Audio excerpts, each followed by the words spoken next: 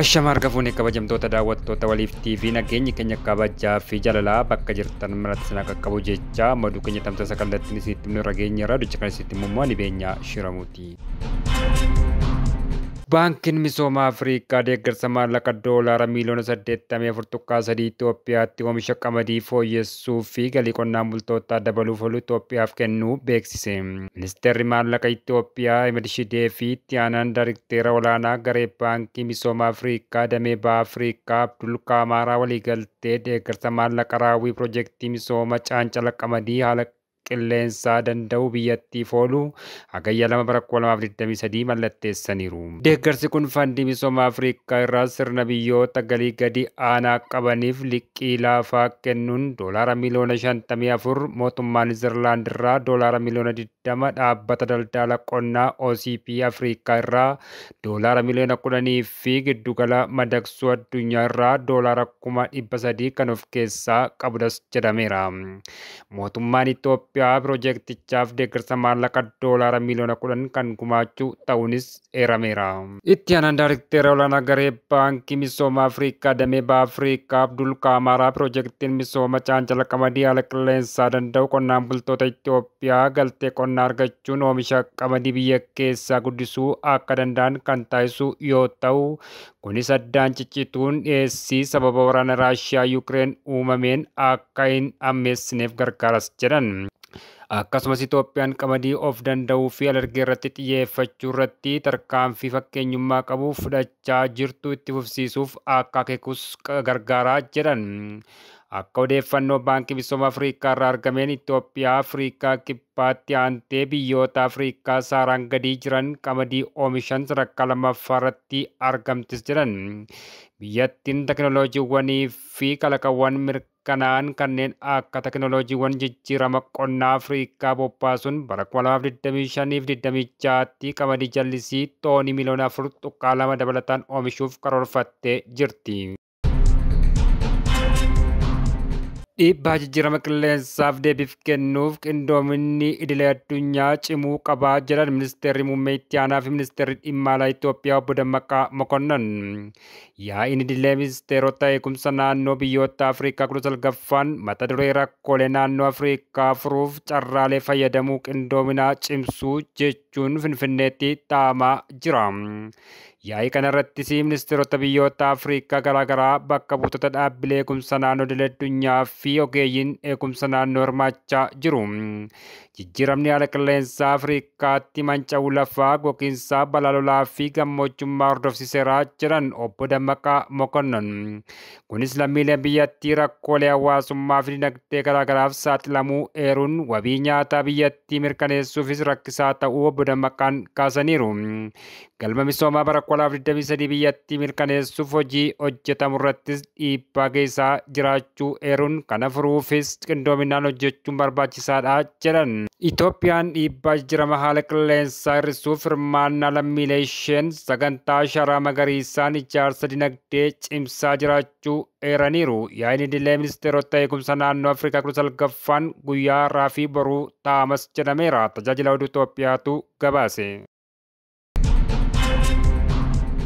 Naannoo Oromiyaatti manneen jireenya barsiisotaa 4,500 ijaaruuf karoorfamuu biiroon barnoota Oromiyaa beeksise. Kana malees hirmaannaa abbootii qabeenyaa fi hawaasaan manneen barnoota sadarkaa tokkoffaa 4,754 ijaaramuuf karoorfamus eereera.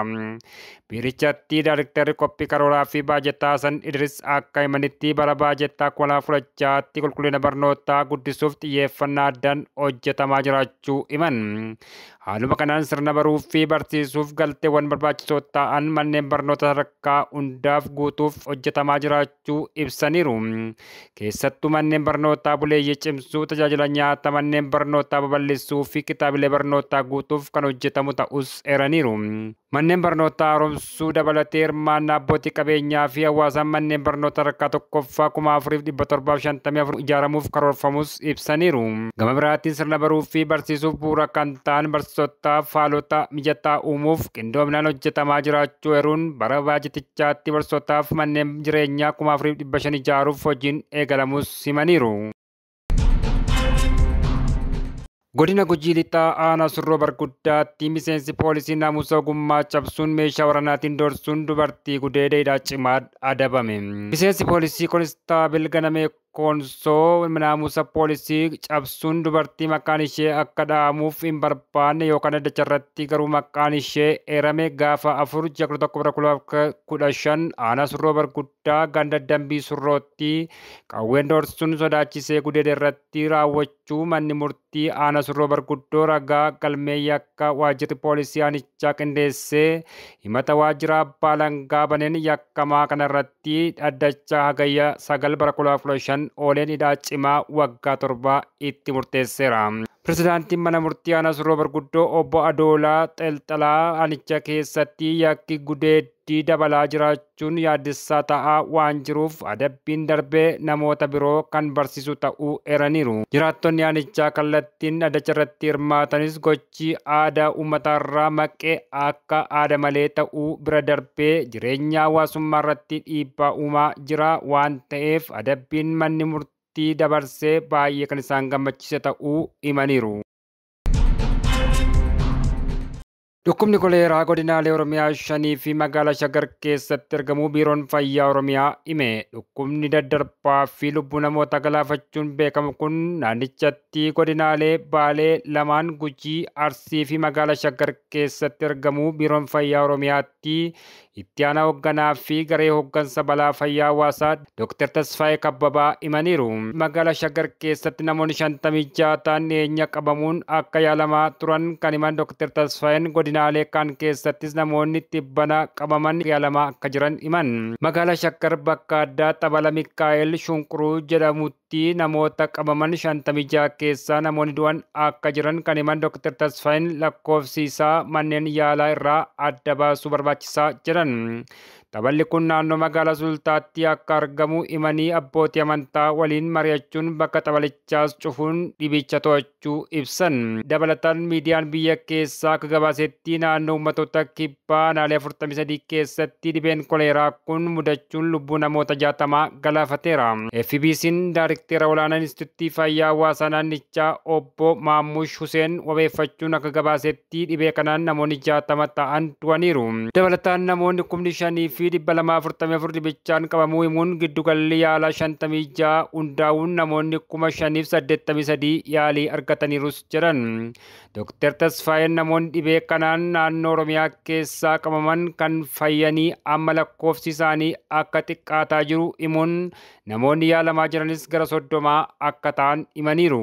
Koleeraan hanqina bishaan dhugaatii qulqulluu fi mana fincaanii qulqulluun kan dhufu akka teessiman bakka manneen fincaanii hin jirretti namoonni bakkeetti yoo bobba'an yeroo rooba kanatti lolaadhaan gara bishaaniitti waan makamuuf dhibee kana fiduu akka danda'us kaasaniiru. Biyyoota gaanfa Afriikaa keessatti sababa gogiinsaa waggootaaf mudateenis akka lakkoofsi namoota dhibee kanaan qabamanii akka dabalu taasiseeras jedhan. Itoophiyaatti dhibeewwan daddarboo 168 ta'an sababa hanqina bishaan dhugaatii qulqullina ofii eeggachuu dhabuu fi balfaa akka malee maksuun akka dhufu UNICEF gabaaseera. Dhibeen koleeraa biyyoota Saharaan gadi keessatti kan hammaatu yoo ta'u akka gabaasa dhaabbata fayyaa addunyaatti Afriikaa irraa ergaa Majjii 2023 hanga Bitootessaa darbeetti namoonni 217,186 ta'an dhibichaan qabamaniiru.